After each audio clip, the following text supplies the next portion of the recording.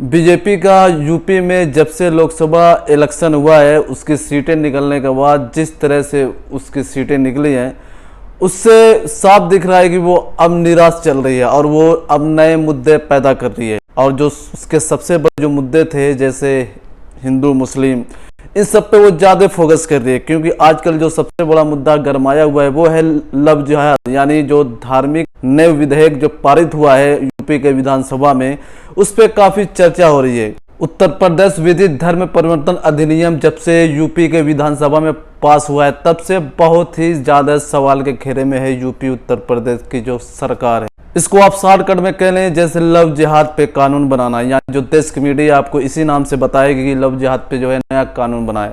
लेकिन जो इसकी शुरुआत हुई है काफ़ी पहले, जो हिंदू युवा वाहिनी जो एक तंजीम है, यानी जो एक कमेटी, उसके द्वारा ये इसकी आवाज़ उठाने पे जो है आज इतना बड़ा कानून जो है बन चुका है उत्तर प्रदेश में। 2024 के इलेक्शन के बाद बीजेपी पूरी तरह बौखलाई हुई है, उसके पास कोई नया विजन नहीं है, वही पुराना विजन है, फूट डालो और राज करो। इलेक्शन के बाद जिस तरह से अपनी हार की बौखलाहट का बदला ले रही है बीजेपी, ये साफ तरह से दिख रहा है। उसके पास कोई भी नया मुद्दा नहीं है, वो सिर्फ हिंदू मुस्लिम पे राजनीति करना जानती है।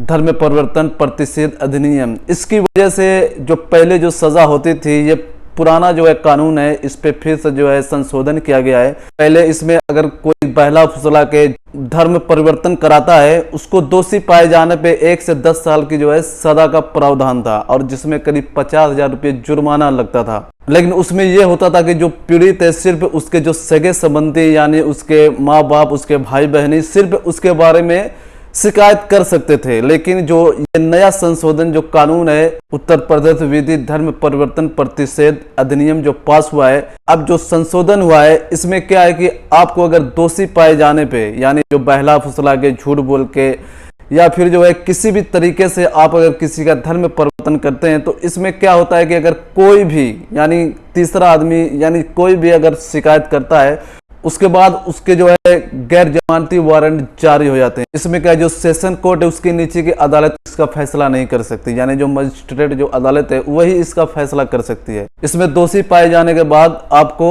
अधिकतम उम्र कैद की सजा होगी और बहुत सारे जुर्माने आपको भरने पड़ेंगे। लेकिन जो ये पुराना जो कानून था, इसमें क्या होता था कि सिर्फ शादी पे ही ये एक्ट लगते थे, यानी जो शादी करने के बाद या जिस धर्म परिवर्तन शादी के लिए किया, उसके बाद फिर धोखा दिया, उस पे ही ये सारी चीजें लगती थी, यानी ये कानून जो है उस पे लागू होता था।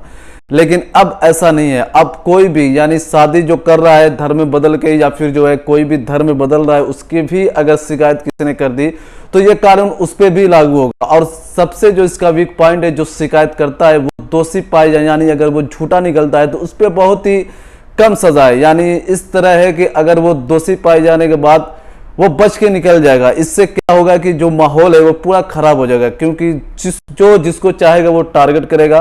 क्योंकि ये एक ऐसा कानून है बीजेपी ने बनाया कि जिसकी वजह से वो कानून के दायरे में रहते हुए एक वर्ग को पूरी तरीके से जो है टारगेट कर सकती है। अब इस तरह का कानून पारित करने के बाद आप समझ ही सकते हैं कि सबसे ज्यादा नुकसान किस कम्युनिटी को होगा और किसकी सुनवाई ज्यादा होगी। आपको तो पता है गोदी मीडिया किस तरह से जो है बदनाम करता है, किस तरह से जो है उनके छोटे से छोटी गलतियों को इतना बड़ा इशू बनाता है कि जनता को लगता है कि जैसे इन्होंने बहुत ही बड़ा भूचाल पैदा कर दिया है। लेकिन जो असली मुद्दे हैं उस पे गोदी मीडिया का थोड़ा सा भी ध्यान नहीं जाता है। जो बेरोजगारी, जो युवा आज के बेरोजगार हैं, जिस तरह से जो है वो जॉब के लिए परेशान हो रहे हैं, मारे मारे फिर रहे हैं, उस पर गोदी मीडिया का कोई भी सवाल नहीं हो रहा है, ना ही उनको बुला के सवाल पूछे जा रहे हैं। सारे सवाल विपक्ष से और सारे जो है जवाब विपक्ष से ही चाहते हैं। मीडिया उनके सामने बौना बना हुआ है, ना ही उनसे सवाल करता है, ना ही उनके जवाब चाहता है। इस वक्त जो सबसे बड़ा मुद्दा उत्तर प्रदेश में वो है बेरोजगारी दर का, यानी दिन पर दिन और ज्यादा हो रही है, यानी बेरोजगारी बढ़ रही है। लेकिन सरकार उस पर काम करने के बजाय